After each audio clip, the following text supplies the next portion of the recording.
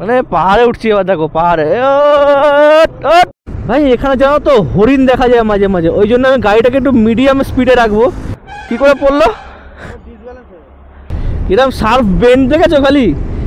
জয়পুর ফরেস্টে আমরা এন্টার করলাম। তো পুরুলিয়া ট্রিপের আজকে প্রথম দিন।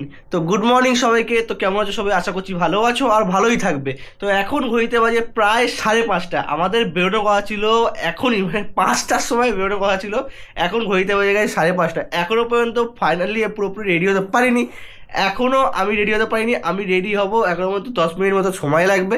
তো রেডি হয়ে নিই, তারপর তোমার সঙ্গে রাস্তায় গিয়ে ব্যাগটা বেঁধে নিই, তারপর তোমার সঙ্গে কথা হচ্ছে। এই দেখো আমি রাইডিং প্যান্ট তো আমার নেই, যে ঠান্ডা আটকাবে, ওই জন্য রাইডিং প্যান্টের বদলে যে রেনকোটের যে প্যান্টটা হয়, রেনকোটের প্যান্টটা পরে নিয়েছি, যে হাওয়াটা যাতে বেশি যায়। আর ব্যাগ আমি কোনটা নিয়েছি, ব্যাগ আমি এরকম একটা ব্যাগ নিয়েছি, যেটাকে আমি আমার পেছনে টপ র্যাকের মধ্যে বেঁধে নেবো। আর বেঁধে নিয়ে তোমাদেরকে দেখিয়ে দেবো যে কীরকম লাগছে, সেটা এখন নয়, যখন আমার বন্ধুর সঙ্গে দেখা হবে তখন তোমাদের ওই ক্লিপটা একটা দেখিয়ে দেবো। তো চলো বেরোনো যাক। এখন ঘড়িতে বাজে প্রায় 5:30, আর 10 মিনিট, খুব বেশি হলে 15 থেকে 20 মিনিটের মধ্যে আমার বন্ধুকে হয়তো পিক আপ করা হয়ে যাবে। তো চলো বেরোনো যাক এখান থেকে। তো ভাই ভগবানের কাছে একটাই প্রার্থনা করবো যে যেরকমভাবে যাচ্ছি যেন সেরকমভাবে ফেরত আসি। তো এবারে বেরোনো যাক, চলো। আর ম্যাপটাপে সেট করে দিতে হবে, আর হোয়াটসঅ্যাপে একটা আমাদেরকে লাইভ লোকেশন পাঠিয়ে দিতে হবে যে যে বেরোচ্ছি। তো ফাইনালি একবার চেক করে নিই সব কিছু ঠিক আছে, ফোনে নাট চেক করেছি। আর গাড়িটাকে ইঞ্জিনটা একটুখানি খালি বেশিক্ষণ না, 10 থেকে 20 সেকেন্ড গাড়িটাকে একটু ইঞ্জিনটা স্টার্ট রেখে দেবো, একটু আরপিএমটা বাড়িয়ে দিয়ে, বেশি না 10 থেকে 20 সেকেন্ড, জাস্ট একটু তেলটা ওপর দিকে একটু উঠে যাবে, ব্যাস তারপরে বেরোনোর জন্য রেডি একদম। তো ফাইনালি বেরিয়ে গেলাম। এখন ঘড়িতে বাজে 5টা, আর দেখো রাস্তায় কুয়াশা একটু এখানটা কম আছে, যখনই যেই দিল্লি রোডে উঠবো না বাস পুরো একদম পুরো ফাটিয়ে দেবো। তেরা আমার হ্যান্ডেলটা একটু ওয়ার্নিং করছে, তার কারণ হ্যান্ডেলের রেশারটা না একেবারে খারাপ হয়ে গেছে। কোনো অসুবিধা নেই, এইটুকু পুরোপুরি চলে, এইটুকু কোনো ব্যাপারই না আমার জন্য।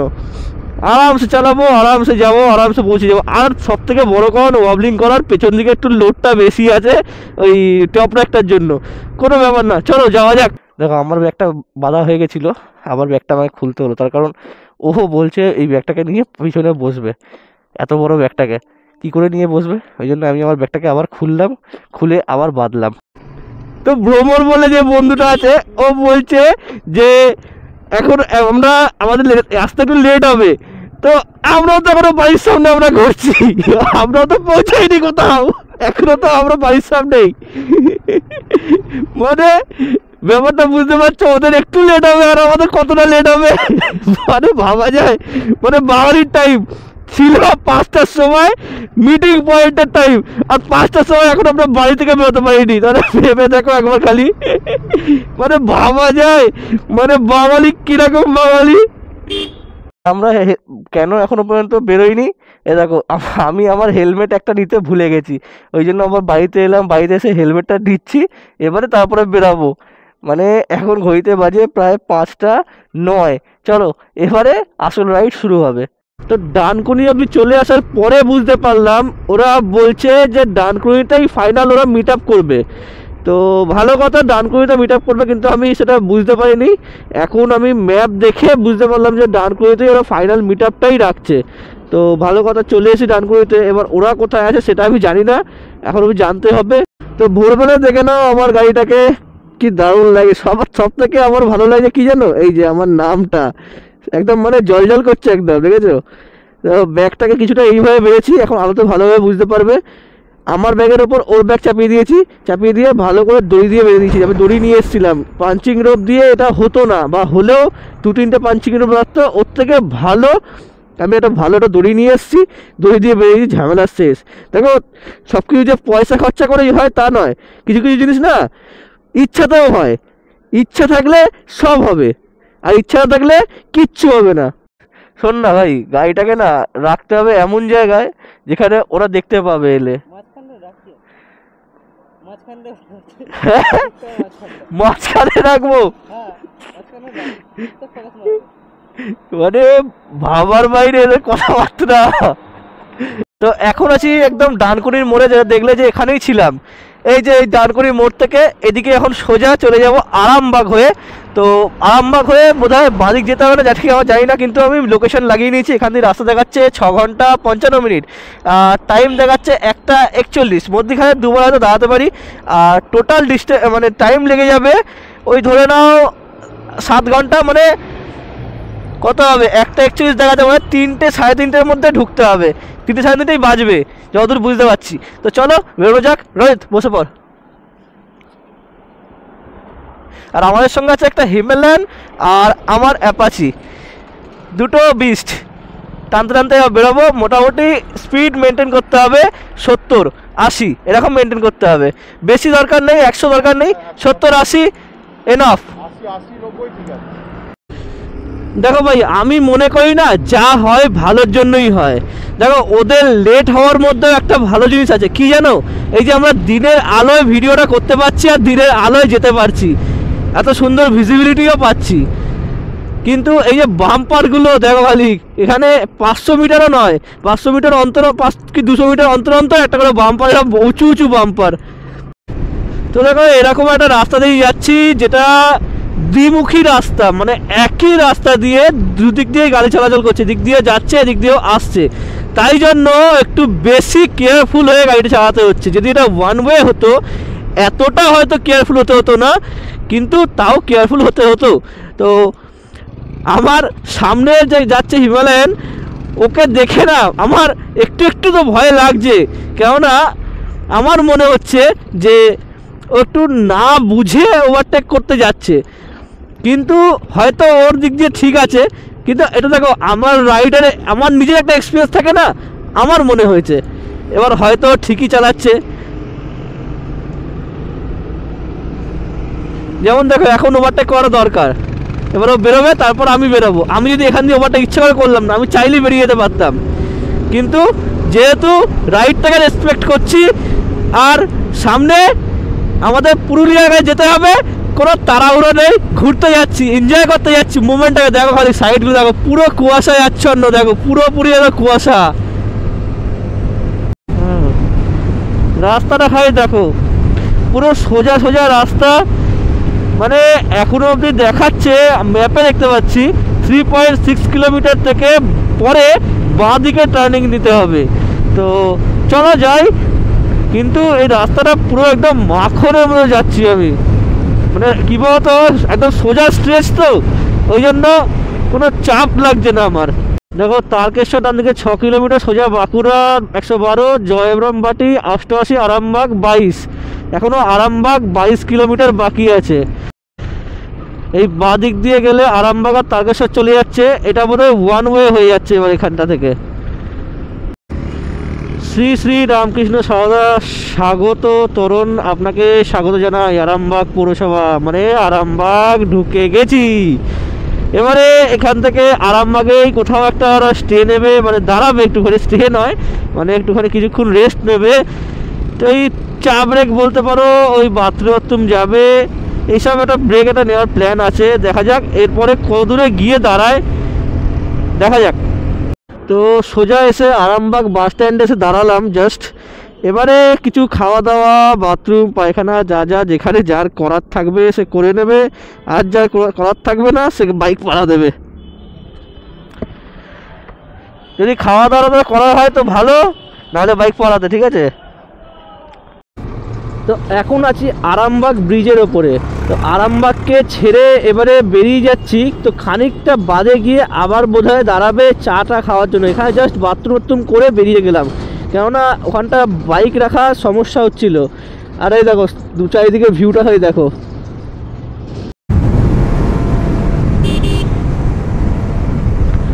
এই জায়গার বিউটিটা খালি দেখো একবার, মানে বিউটি খানের কথা বলছি না কিন্তু, হ্যাঁ বিউটিটা দেখবে খালি, মানে এত সুন্দর লাগছে জায়গাটা। মানে আমি যদি 90ও চালাই যেরকম সুন্দর লাগছে, আমি যদি 10-এ চালাই সেরকমই সুন্দর লাগবে। কিন্তু 10-এ চালালে আমার ডেস্টিনেশনটা চেঞ্জ করতে পারবো না এত তাড়াতাড়ি। আমাদের টার্গেট আছে যে 3টের মধ্যে চেঞ্জ করব, আর এখন ঘড়িতে বাজে 8:40। চলো চেঞ্জ করি আস্তে আস্তে, মিডিয়াম স্পিডেই যাচ্ছি।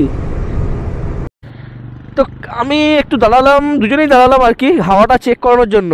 হাওয়া চেক করে দেখলাম যে পেছন চাকায় কম আর সামনের চাকায় বেশি, মানে পেছন চাকায় 30 আর সামনের চাকায় 50। ওই জন্য হাওয়াটাকে ঠিকঠাক করে দিলাম। পেছনে যেরকম 40 দরকার 40, সামনে 35 দরকার 35 করে।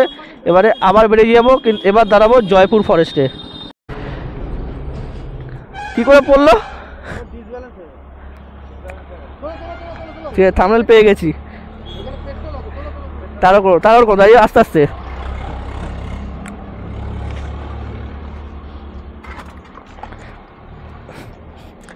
স্ট্যান্ডটা মারো ওদিকে, ব্যাস, কিচ্ছু হয়নি।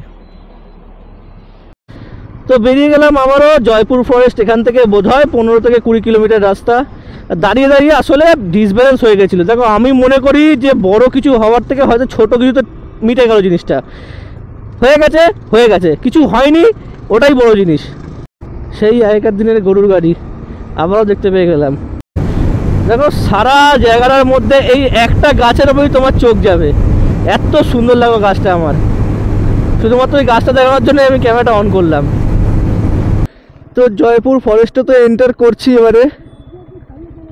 ও আচ্ছা, আমি বুঝতে পারিনি। এবারে মিডিয়াম দেখো। ও হ্যাঁ, এটা যাওয়া যায়, এটাই যাওয়া যায়, কিন্তু সেটা রাত্রিবেলা এলে ভালো হতো। তো শেষমেশ জয়পুর ফরেস্টের আগে তো এই হোটেলটায় এখন থামলাম। এবারে কিছু খাওয়া দাওয়া হবে, গল্প হবে একটুখানি, আর তারপরে যার বাথরুম পায়খানা করে নেবে, তারপরে আর দাঁড়ানো হবে না। তো আমরা এখন আছি Banalata hotel and resort, Jaipur ফরেস্টের একদম পাশে। তো এখন আমরা দাঁড়িয়েছি টিফিন করতে। দেখো, রাইডের মজাটা কোথায় জানো? রাইডের মজা হচ্ছে যে আমরা কোথায় যাচ্ছি, জায়গাটাকে এক্সপ্লোর করতে করতে কী দেখতে পাচ্ছি, কী দেখছি, সেইগুলো তো মজা। আমরা যদি ভাবি যে একটা না গাড়ি চালিয়ে চলে যাবো, আরে আমি পারবো, আমি 6 ঘন্টা 7 ঘন্টার মধ্যে আমি ঢুকিয়ে দেবো, কিন্তু ব্যাপারটা তো সেটা না। ঢোকা একটা জায়গায় ভালো করে এক্সপ্লোর করাটা, লোকের সঙ্গে কথা বলা, লোকের সঙ্গে মানে মেশা, সেই জিনিসগুলোকে সবথেকে বেশি গুরুত্ব দিতে হয় রাইডের সময়। তুমি যদি ভাবো যে খালি চলে গেলাম, তো ব্যাস ওখানে শেষ হয়ে গেল তোমার জীবন, মানে রাইডটা শেষ হয়ে গেল, কোনো লাভ হলো না। জায়গাটা ঘোরো, এনজয় করো, আর যেটা আমি করছি আর আমরা করছি। এখন আছি এখানে, এখন খাওয়া দাওয়া করবো। খাওয়া দাওয়া বলতে কি, আমাদের পুরি লুচি মানে কি, আমাদের গরিবের লুচি আর ঘুগনি। এটা আলু মটরের তরকারি মনে হচ্ছে নাকি? হ্যাঁ, আলু মটরের তরকারি। তো আলু মটরের তরকারি খাই, চলো তোমরা দেখতে থাকো। আর কি দেখাবো, খাবারটা এই যে খাবারটা কিছুটা এইরকম, আর কিছু দেখানো সেরকম নেই। তো চলো, এরপরে দেখা হবে তোমার সঙ্গে আবার মোটো ব্লগিং সেটাপে। এটা রাজভোগ নাকি ফুটবল? এটা খাবো না, খেলবো এটাকে নিয়ে। চ্যাম্পিয়ন্স বল কি করবি, এটাকে নিয়ে খাবি না খেলবি? খেলবো, খাবো না। তাহলে দেখো, ছুটি ক্যাচ কর, তরকারিতে ডুবিয়ে যাওয়া।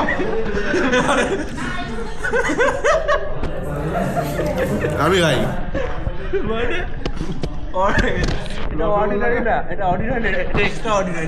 রসগোল্লাকে তরকারিটা ডোবালাম, একটু তরকারি দিয়ে রুটির মতো করে।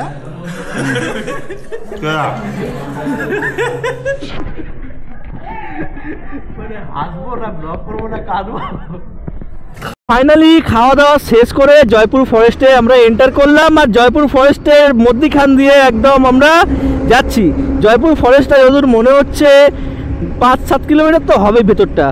তো চলো ভেতরটা দেখি আমি, আর তোমাদেরকেও একটু দেখাই। তো আমরাও এনজয় করি আর তোমাদেরকেও এনজয় করাই। ভাই, এখানে জানো তো হরিণ দেখা যায় মাঝে মাঝে, ওই জন্য আমি গাড়িটাকে একটু মিডিয়াম স্পিডে রাখবো। আমি একটু মিডিয়াম স্পিডে রেখে দেখবো, যদি দেখতে পাই তোমাদেরকেও দেখাবো। অনেক সময় দেখা যায় হরিণ এখানে, আমি নিজেও দেখিনি, মানে নিজের চোখে কোনোদিন দেখিনি, অনেকের ভিডিও দেখেছি। বৈদিক চ্যাটার্জি, তার ভিডিও তো দেখেছি আমি। কি হলো, হরিণ না বাঘ? না, হরিণ না বাঘ? হরিণ। ফরেস্টে পরিবেশ দূষণ করা হচ্ছে, গাছে সার দিচ্ছে, কি বলবে এগুলোকে। তো ফটোশ্যুট সেশন কমপ্লিট করে এখান দিয়ে বেরিয়ে যাচ্ছি।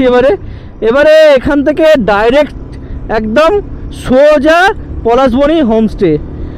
আমাদের হোমস্টেটা মানে আলাদাই লেভেলের। আমি যে যতটা ছবিতে দেখেছি, ভিডিওতে দেখেছি, আলাদাই লেভেলের। তোমরা দেখলে মানে বুঝতে পারবে যে কী লেভেলে হতে চলেছে অ্যাডভেঞ্চারটা। তোমাদের যা লাগবে না মানে বলবে।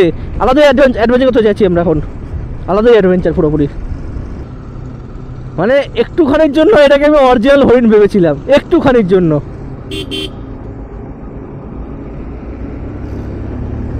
কিন্তু এখানে আসলে হরিণ দেখা যায়, কিন্তু এখনো অবধি দেখতে পাইনি আমরা। দেখতে পেলে অবশ্যই তোমাদের দেখাবো। এই জাস্ট আমরা জয়পুর ফরেস্টকে ক্রস করে বেরিয়ে গেলাম। এবারে একটা সিটির ভেতরে এন্টার করলাম, যতদূর মনে হচ্ছে জয়পুর সিটি এটা। তো একবারের জন্য ওরা আমাকে দাঁড় করিয়ে আমাকে রাস্তাটা দেখালো, যে আর একটা রাস্তা দেখাচ্ছে যেটা কিন্তু হাইওয়ে ধরে যাচ্ছে, আর ওরা আরেকটা রাস্তা দেখিয়েছে আমাকে যেটা গ্রামের ভেতর দিয়ে যাচ্ছে। তো আমি বললাম যে গ্রামের ভেতর দিয়ে যাক চাহে রোডের ওপর দিয়ে যাক, আমি চাইবো যে যেটা দিয়ে শর্ট হচ্ছে সেটা দিয়ে যাওয়ার চেষ্টা করি। দেখো অ্যাডভেঞ্চার কাকে বলে? অ্যাডভেঞ্চার এটাকেই বলে যে যাই হোক জিনিসটাকে নিয়ে সন্তুষ্ট থাকবো। দেখো তুমি যদি এইটুকু যদি খারাপ রাস্তা যদি না স্ট্রাগল করতে পারো, তাহলে তুমি যদি চিন্তা করো যে এরপরে লাদাখ যাবে, এর পরে পরের জায়গাগুলো যাবে, কী করে যাবে? হবে না। তোমাকে আগে এই সব জায়গাগুলোকে অ্যাডভেঞ্চার করে চেষ্টা করে দেখতে হবে। লাদাখে তো এর থেকে এমন এমন রাস্তা হট করে তোমরা ভুলভাল নিয়ে নেবে, তারপর তোমাদের মাথা খারাপ হয়ে যাবে। যদি এখন থেকে যদি মেন্টালি প্রিপেয়ার হতে পারো সেটাই ভালো না। একটা ঘন জঙ্গল পার করে আরও একটা ঘন জঙ্গল পার করলাম। দেখো যদি রাত্রিবেলা এই রাস্তায় কীরকম গা ছমছমে লাগবে। এখনই ঠান্ডা ওয়েদার, এই জায়গাটা পুরো ছায়া হয়ে আছে। মানে ভাবতে পারছো কি লেভেলে অ্যাডভেঞ্চার করছি আমরা। মানে এক্সট্রা অর্ডিনারি একে বলে, মানে একটা আলাদাই রাস্তা এটা। ভাবিনি যে এরকম রাস্তা, এত সুন্দর রাস্তা আমরা পাবো। ও মানে দিল খুশ যাকে বলে। ও কি লাগছে ভাইরি জায়গাটা, ঠান্ডা একটা হাওয়া, গায়ের মধ্যে হালকা শিহরণ, ও সেই রকমের। এরকম শার্প বেন্ড দেখেছো? খালি দুটো তিনটে এরকম বেন্ড পার করলাম, আরো পর পর এরকম ব্যান্ডগুলো আছে। বেশ ভালো লাগছে আমার, সত্যি বলছি। আমি এনজয় করছি জায়গাটাকে, লিটারালি এনজয় করছি আমি। ঝাঁটিবনি জায়গাটার নাম, ঝাঁটিবনি। এবার যদি উচ্চারণ যদি কিছু ভুল করে থাকি ক্ষমা করে দিও। নাকি রিটিবনি এরকম কিছু টাইপের নাম, রিটিবনি বা রিটিবনি জায়গাটার নাম। এতক্ষণ ধরে তো আমি লিড করে মজা নিচ্ছিলাম। আমি চিন্তা করলাম যে আমার পেছনে আছে তাকে একবার একটুখানি মজা দিয়ে দেখি তার কেমন লাগে। সে একটু দেখছে, এবার চালাক। জায়গাটা সত্যি করে ভালো লাগছে। পুরো সোজা 24 কিলোমিটার না, এখন আর 23 কিলোমিটার বাকি যায় জঙ্গল, পুরো এরকম জঙ্গল। মানে মধ্যখান দিয়ে একটা রাস্তা গেছে, কিন্তু সেগুলো ছোটো ছোটো রাস্তা, অত লোকে যাওয়া আসা করবে বলে আমার মনে হচ্ছে না। পুরো ফাঁকা দেখাচ্ছে রাস্তাগুলোতে। ডান দিকে বাঁকুড়া, এটা বিষ্ণুপুর, বাঁ দিকে সারেঙ্গা, আর সোজা মুকুটমণিপুর। 46 কিলোমিটার গেলে মুকুটমণিপুর। আর এখানে দেখো কিছু একটা হচ্ছে, মানে এটা কি করোনার জন্য কিছু হচ্ছে, কী জিনিস এটা? কিছু হবে হয়তো, যাই হোক জানি না, বুঝতে পারিনি। হাতে আমার তীর ধনুক নিয়েছিল, দেখতে ভালো লাগলো, তোমাদেরকেও দেখিয়ে দিলাম ওটা। এই জন্য কী জিনিস? বিরসা মুন্ডা ওটা। এ বাবা, ক্যামেরাটা পুরো ময়লা হয়ে আছে, কি এটা লেগে আছে ক্যামেরার মধ্যে। এ রনি দেখ ক্যামেরার মধ্যে কি লেগে আছে।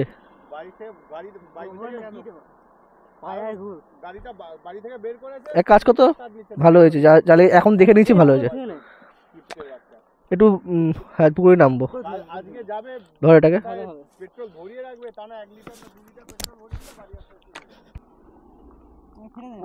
কতগুলো ক্লিপ যে খারাপ হলো আমি বুঝতে পারছি না। এক্ষুনি এই পুকুরের জল দিয়ে ক্যামেরার লেন্সটা আমি পরিষ্কার করলাম। মানে এইখানেও মানে দেখলাম, মানে একবার কোথায় যেন দাঁড়িয়ে করে গেছিলাম আমার বাইকটাকে, কালকে সেলুনের বাইরে আমার বাইকটাকে দাঁড় করে গেছিলাম, হেগে মুতে একাকার করে দিয়েছিল পায়রাগুলো। আর আজকেও এই রাস্তা দিয়ে আসছি, পাখিতে হেগে দিয়েছে, আমার ক্যামেরার লেন্সে সোজা লেগেছে, আর সেখান থেকে ছিটকে কিছুটা আমার গায়েও লেগেছিলো। তো সেটা পরিষ্কার করলাম এখন এই জল দিয়ে। তো এবারে ওপরে উঠবো, এই গেলাম এবারে না ওপরে উঠবো, উঠে এখান দিয়ে এবারে এগোবো। গরুর পাল দেখো খালি, ছাগলের পাল দেখো তো, একবার গরুর পাল দেখো। পুরো এখান দিয়ে কতটা রাস্তা, কতগুলো গরু, মোটামুটি 100-150 গরু হবে, 100-150 খানা গরু। এখানেও দেখো পেছনেও একটা পাল ছিল বড়, এ দেখো এখানেও দেখো, মানে কত গরু। দেখে ওদের আমি বুঝতে পারছি এই নদীগুলো হচ্ছে বৃষ্টির জলে পুষ্ট নদী। গঙ্গা যেরকম আমাদের, মানে গঙ্গা আমাদের তো কলকাতা সাইডে গঙ্গা বরফ গলা জলে পুষ্ট নদী, এগুলো মনে হচ্ছে বৃষ্টির জলে পুষ্ট নদী। নদীটার নামটা ঠিক আমি জানি না, কিন্তু দেখো যেটা দেখতে আমার ভালো লাগে। কোথায়? দুয়াশিনী। অযোধ্যা হিল এখনো 70 কিলোমিটার। বড়বাজার কত দেখলাম ভুলে গেছি। জামশেদপুর বাঁদিকে 60, রাঁচি 165, অযোধ্যা হিল কত দেখতে পাইনি। এই জায়গাটার নাম চৌকান। যেটা আমি জানতাম আমার এই পুরো ট্রিপটাতে আমার কোমরে ছিঁড়ে পড়া ব্যথা হয়নি। এরও ব্যথা হয়েছে, এরও ব্যথা হয়েছে, এরও বলছে ব্যথা হয়েছে। কতটা ব্যথা হয় তোর? আমার সিরিয়াসলি বলছি, আমার কোমরে ছিঁড়ে পড়া ব্যথা হয়নি। আমার সারাদিনে দেখো তোমরা যে 8 ঘন্টা 10 ঘন্টা আমি বাইক চালিয়ে বেড়াই, তো এইটুকুতে কি আর হবে আমার? আমি জানতাম কিছুই হবে না। আমি ডেলি এটা আমার ডেলির কাজ। কে?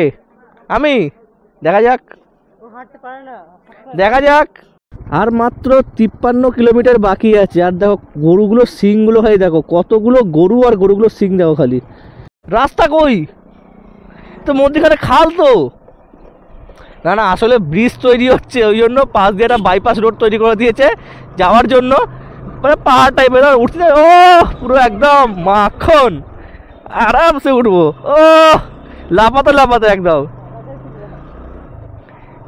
চিন্তা নেই। আমি একদম মানে রকের মতো ঢুকবো একদম।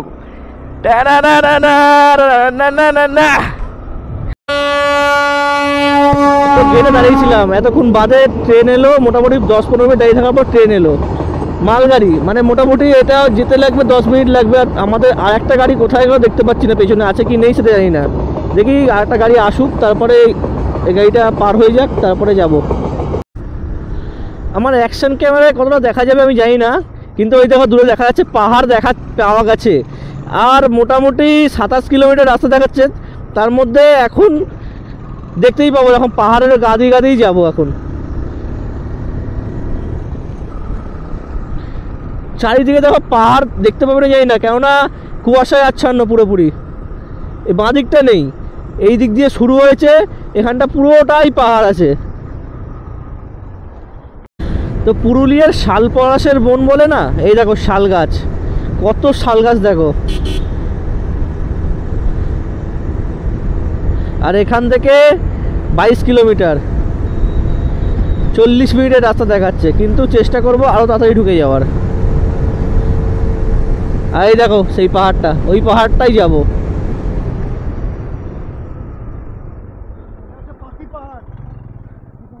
পাখি পাহাড় বাগান।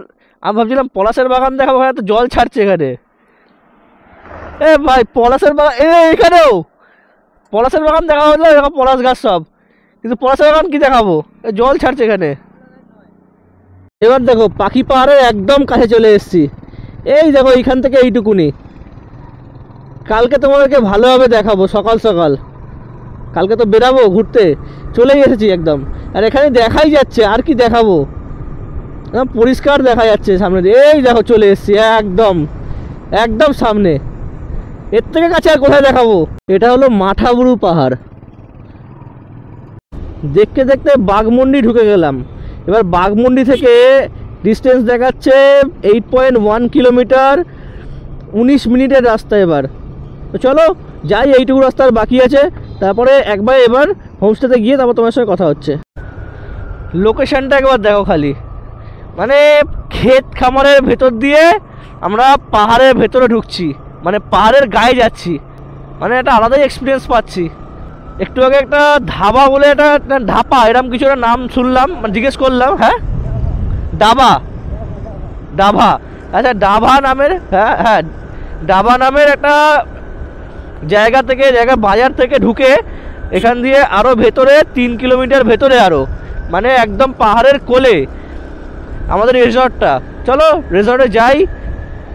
আর আরও দুজন যে ছিল আরেকটা বাইকে, ওরা বোধহয় এতক্ষণে পৌঁছে গেছে, তার কারণ আমরা একটু দাঁড়িয়েছিলাম।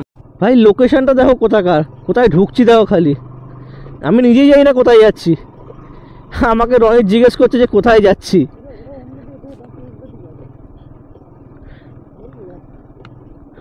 ওরা ঢুকে গেছে হোমস্টেতে, মানে পাহাড়ে উঠছি এবার দেখো, পাহাড়ে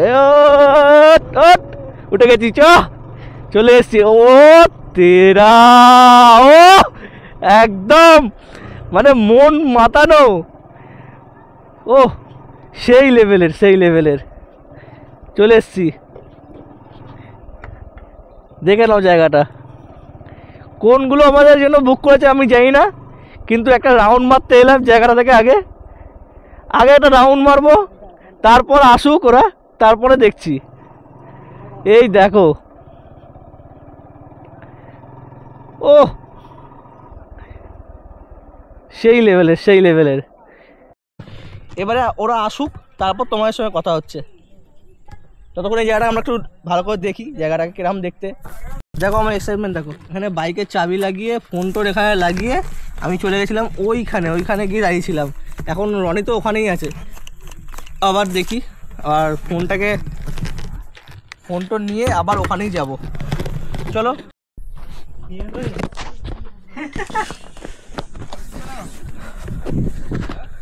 তো আমরা এই একটা রুম আর ওইখানে ওই একটা রুম, ওই দুটো রুম আমরা নিয়েছি। আর এই যে ঠিক পেছনে দেখো আমাদের ঠিক পাহাড় আছে, আর এই যে আমার বাইক এখানে, এই যে আমার প্যানিয়ার লাগানো বাইকটা দেখতে পাচ্ছ। আর এই যে আর আমাদের রুমটা কিছুটা এইরকম, আর এই রুমটার ডেকোরেশনটা কিছুটা এরকম, দেখতে পাচ্ছ কি সুন্দর রুমটা। আর এরপরে তো সব থেকে মেন জিনিস হচ্ছে বাথরুমটা, খুব সুন্দর পরিষ্কার বাথরুম, যেটা আমরা চাই সবসময়। বাথরুম সঙ্গে একটা ইংলিশ স্টাইল প্যান আছে, বালতি মগ চান করার জন্য। আর এখন আমার খিদা পাচ্ছে প্রচণ্ড পরিমাণে, তো খাওয়া দাওয়া করতে হবে। চলো খাবার টেবিলে দেখা হচ্ছে।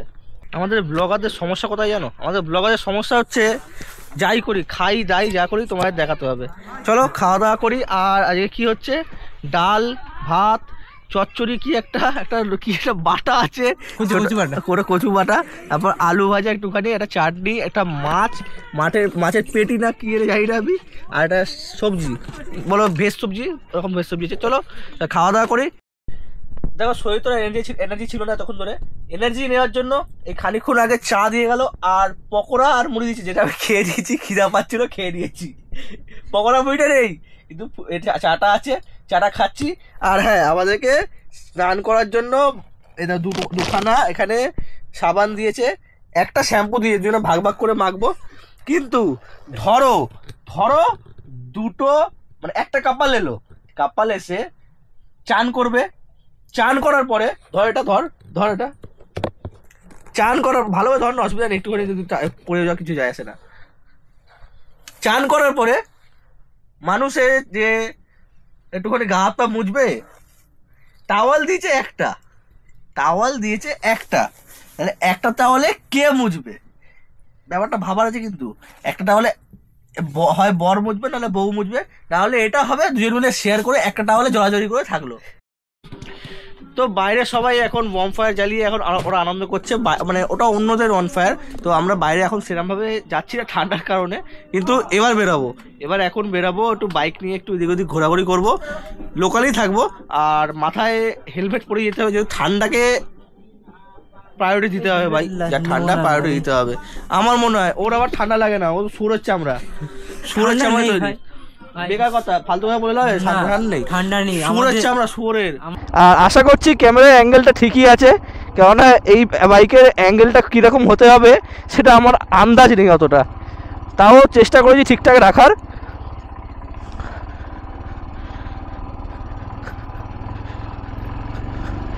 দেখো আমি এখান থেকে তো হুড় করে বেরিয়ে যাবো, আমার গাড়িটা নিয়ে ওই গাড়িটা নিয়ে আমি বেরিয়ে যাবো, দুটো গাড়ি নিয়ে বেরিয়ে যেতে পারবো। কিন্তু ওরা নতুন চালায় তো একটুখানি আমার মানে বুঝতে পারছি না যে ঠিক চালাতে পারবে কি পারবে না, ওটা একটু ভয় আমার লাগছে। এমনি নয়, যদি গাড়ি পড়ে যায় অসুবিধা নেই, ওদের জন্য না লেগে যায়, সেটাই আমার খালি ভয়। আরে এই গাড়িগুলোর হ্যান্ডেলটা, ও বলছে কত বড় হ্যান্ডেল।